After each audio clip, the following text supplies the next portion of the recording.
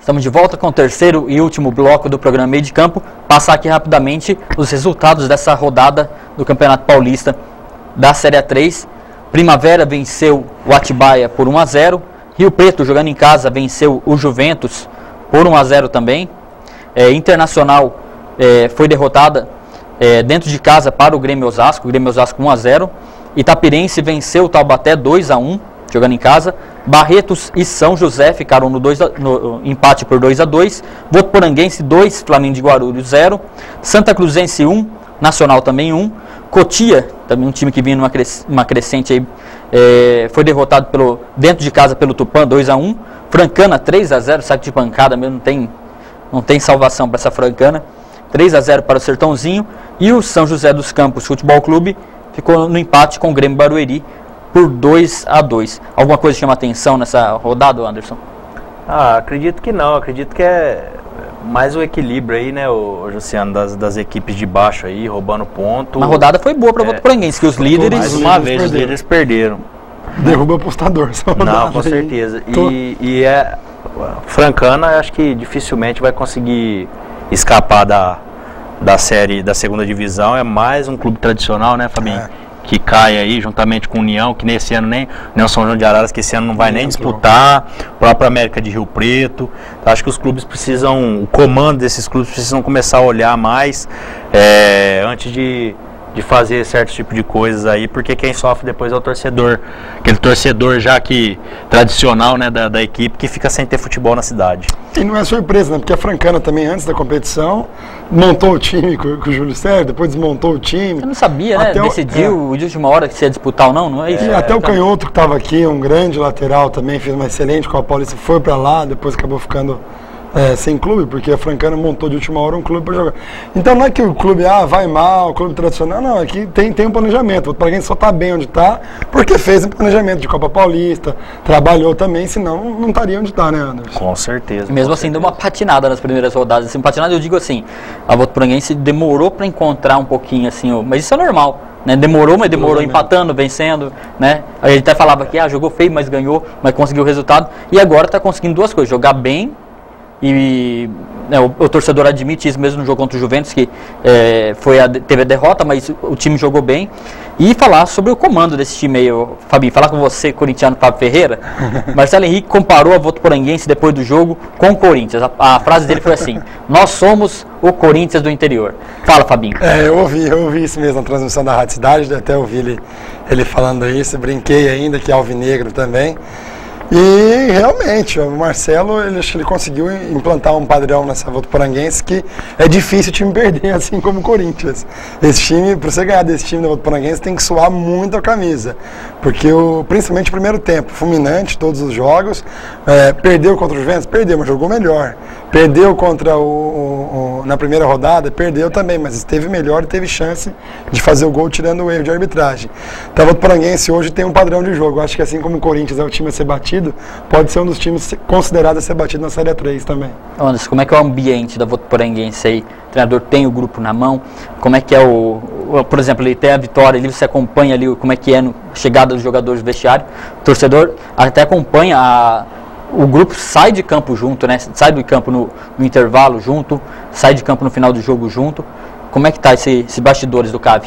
Luciano, eu posso falar assim até com propriedade que 5 anos dentro do clube, a gente já viu muita coisa certa e muitas coisas erradas ali, mas eu posso falar que esse grupo de jogadores que a diretoria escolheu juntamente com a comissão técnica foi a dedo.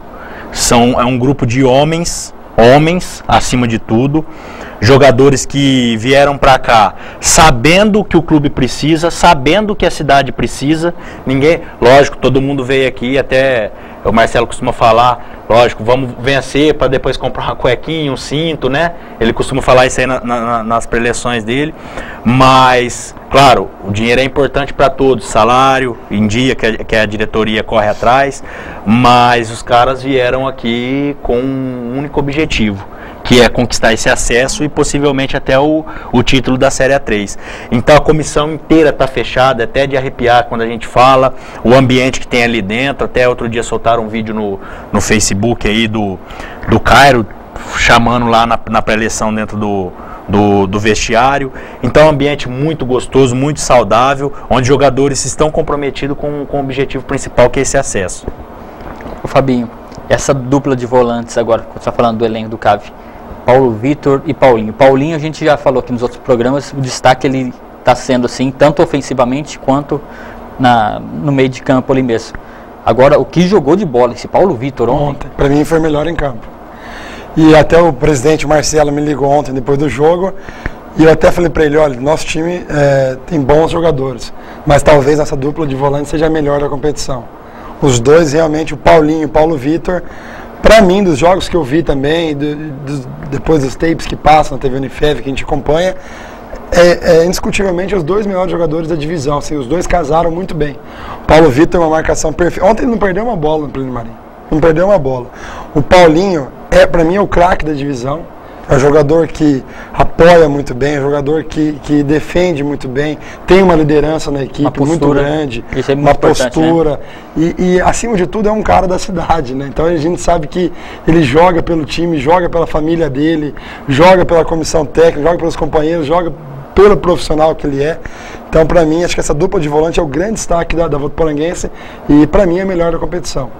Já falando do jogo de quarta-feira contra o Rio Preto, o Anderson, o Plínio Marim voltou a ser um aliado do CAV? Sem dúvida nenhuma, né? Eu acredito que nunca deixou de ser.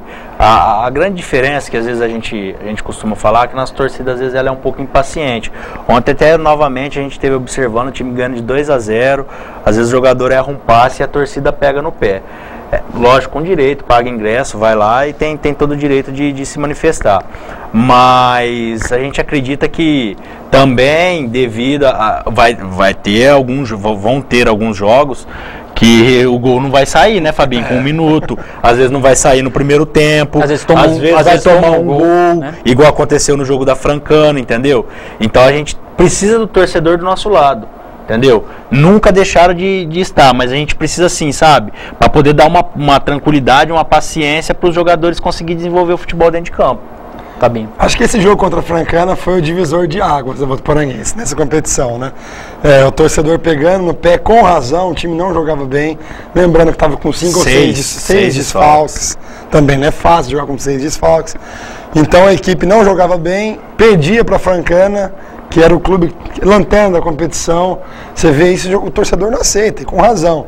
E de repente vira. E não virou jogando bem, virou na raça naquele jogo. A equipe continuou sem jogar bem. Mas virou na raça e ali o gol do Palito, o segundo gol, que ele corre ali em volta do campo, abraça o Marcelo e diz, aqui não, aqui a gente vai correr e tal. Todo mundo se unindo, a gente vê que ali mudou. Ali a torcida tomou um susto. Falou, vixe, esse grupo tá unido, esse grupo vai correr até o final mesmo. E ontem foi a 11ª vitória, 11º jogo sem perder dentro do Plínio Marim, contando os 2 amistosos da pré-temporada. É a maior sequência do CAV sem perder no Plínio Marim desde a criação em dezembro de 2009. Antes havia sido em 2012, naquela campanha do acesso. Então acho que vai ser muito difícil alguém tomar ponto da Votuporanguense aqui no Plínio Marim. Realmente, acho que hoje o estádio joga a favor, o torcedor continua exigente, como tem que ser, só que a equipe se apresenta muito melhor no Plínio Marim.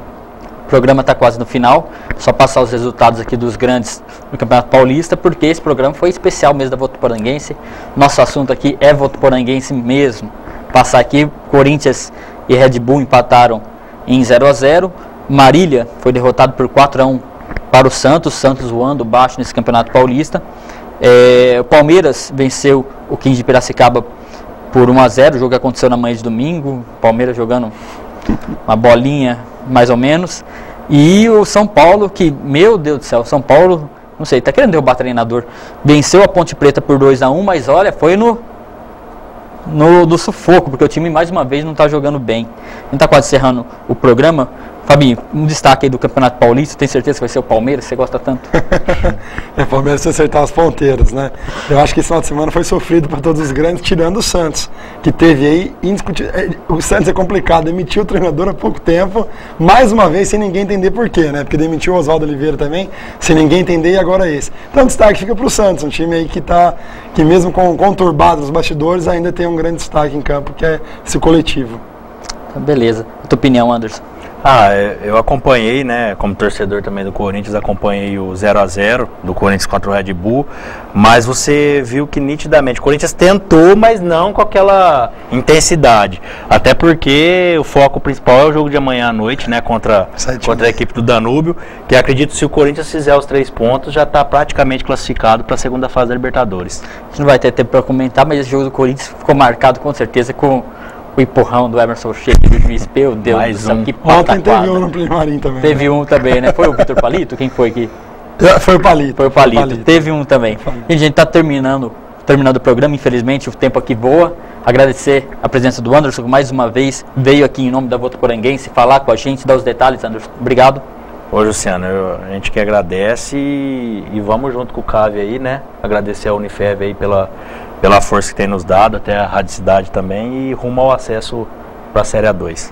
Tá certo, o gerente de futebol da Votuporanguense, Anderson Negrini, e agradecer também Fábio Ferreira, comentarista esportivo, diretor do Jornal Cidade, jornalista, meu companheiro de trabalho. Obrigado, Luciano, obrigado a você pelo convite, e enaltecer também o trabalho da Votuporanguense na figura do Anderson, também fora de campo, esse time tá voando baixo também. Então beleza, convocar então o torcedor da Votuporanguense, quarta-feira, 8 da noite, jogão contra o Rio Preto, clássico regional, e a gente encerra então o programa Meio de Campo, já convidando o torcedor para esse jogo.